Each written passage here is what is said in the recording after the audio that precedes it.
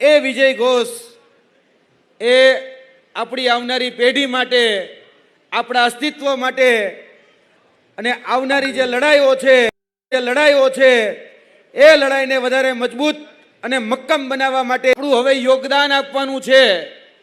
કેમ કે આપણા બારણે એ સ્થાનિક સ્વરાજની ચૂંટણી એ ટકોરા મારી રહી છે અને આપણી સાથે અત્યાર સુધી જે અન્યાય, જે અત્યાચાર કરવામાં આવ્યો એનો જડબા તોડ જવાબ જો કોઈ આપવો હોય અને કોઈને જો મોરો દઈ દેવો હોય તો હવે સમય આવી ગયો છે એ રણકાર કરવાનો, એ ગર્જનાદ કરવાનો.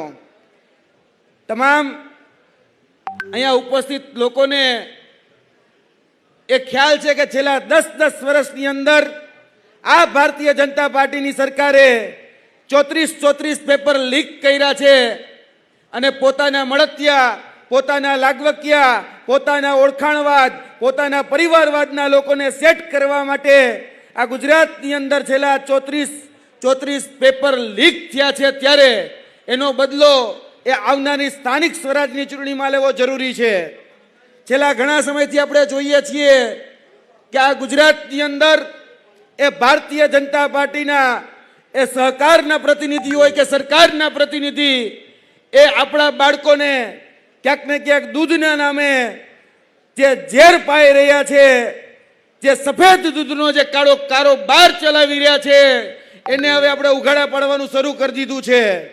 અને જે આપણા બાળકોના ભવિષ્ય સાથે, આપણા વૃદ્ધોના આરોગ્ય સાથે જે લોકો ચેડા કરે છે એ લોકોને જો જવાબ આપવો હોય, એને એની સત્તામાંથી જો ઉતારવા હોય તો આ સ્થાનિક સ્વરાજની જે ચૂંટણી છે એની અંદર જો પરિણામ આપીશું તો ચોક્કસપણે યાદ રાખજો કે એ પછી અમરેલીની ઉત્તમ હોય, અવધ હોય, અમર હોય, સર્વોત્તમ હોય કે કોઈ પણ ડેરી હોય, સાવજ હોય કે હાલાર હોય કે જે ડેરીની અંદર ભ્રષ્ટાચાર ચાલે છે, જે ડેરીની અંદર સફેદ દૂધના નામે જે કાળો કારોબાર ચાલે છે એને હવે ઉઘાડો પાડવાનો સમય આવી ગયો છે.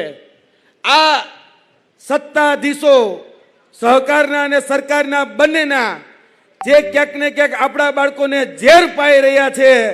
તમે જોયું હશે આથી થોડા દિવસ પહેલા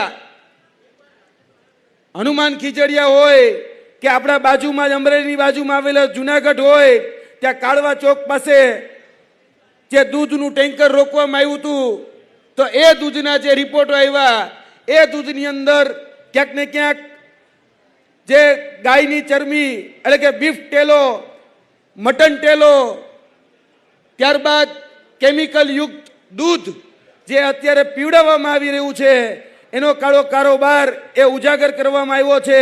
આવનાર દિવસોની અંદર એ કોઈ ડેરીને છોડવામાં નહીં આવે કે જે આપણા બાળકોના ભવિષ્ય સાથે ચેડા કરે છે. છેલ્લા 10 વર્ષની અંદર અમે વિદ્યાર્થીઓનું આંદોલન કર્યું તો વિદ્યાર્થીઓના અનેક પ્રશ્નોની અંદર ગાંધીનગરની અંદર ધરણા પ્રદર્શન કર્યા. તમે પણ એ વાતના તાજના સાક્ષી છો કે 2014 જીપીએસસી ચીફ ઓફિસરનું પેપર ફૂટ્યું, 2015 ટેટનું પેપર ફૂટ્યું, 2016 ટાટનું પેપર ફૂટ્યું, 2017 ગ્રામ પંચાયત તલાટીના પેપર ફૂટ્યા, 2018 એલઆઈડીનું પેપર ફૂટ્યું, 2019 બિન સચિવાલય ક્લાર્કનું પેપર ફૂટ્યું, 2020 આપણે જે વિસ્તારમાં છીએ પીજીવીસીએલ, યુજીવીસીએલ, ડીજીવીસીએલના જુનિયર આસિસ્ટન્ટ, જુનિયર ક્લાર્કના પેપર ફૂટ્યા, 2021 હેડ ક્લાર્કના પેપર ફૂટ્યા, 2022 આપણે જે કચેરીઓને જુનિયર ક્લાર્કની પરીક્ષા લેવાય જુનિયર ક્લાર્કના પેપર ફૂટ્યા. આપણે એ જાણીએ છીએ કે શિક્ષક ભરતીઓ જે થાય એ શિક્ષક ભરતીઓમાં ટેટ અને ટાટના પેપર ફૂટ્યા. આપણા જ વિસ્તારની જે કોલેજો આવેલી છે એ બાજુની નર્સિંગ કોલેજ હોય તો નર્સિંગ કોલેજોના પેપર ફૂટ્યા. હવે શેની રાહ જોવો છો? બાળકોના બાલ મંદિરના પેપર ફૂટે એની શેની? જે તમારા બાળકોના ભવિષ્ય સાથે ચેડા કરે છે, તમારી આવનાર પેઢી સાથે જે ચેડા કરે છે, તે તમારા આરોગ્યની સાથે ચેડા કરે છે, એને હવે જડબા તોડ જવાબ આપવાનો સમય આવી ગયો છે. કારણ કે આ ગુજરાતની વ્યવસ્થા પરિવર્તનની લડાઈમાં હવે એક જ વિકલ્પ છે અને વિકલ્પ છે આમ આદમી પાર્ટી.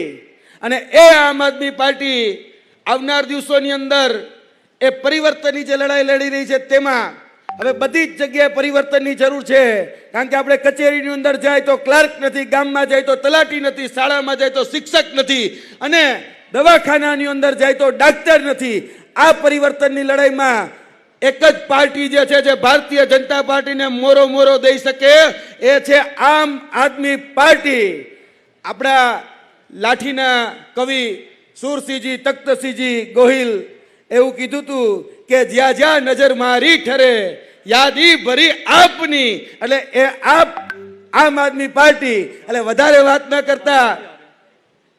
વાત ન કરતા હું મારી વાણીને વિરમું છું. અને આપણી વચ્ચે ગોપાલરાયજી થોડી જ વારમાં ઉપસ્થિત થઈ રહ્યા છે.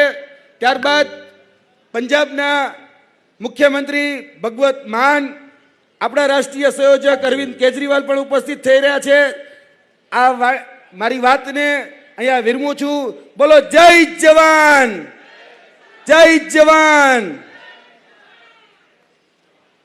ખૂબ ખૂબ આભાર યુવરાજભાઈ. આપણી વચ્ચે ગુજરાત સ્ટેટના પ્રભારી અને એક્સ મિનિસ્ટર દિલ્હીના ગોપાલરાયજી પધાર્યા છે, તો આપણે જોરદાર તાલીઓથી તેમનું સ્વાગત કરશું અને અમે આવકારીએ છીએ ગોપાલરાયજીને કે સ્ટેજ ઉપર પોતાનું સ્થાન ગ્રહણ કરે.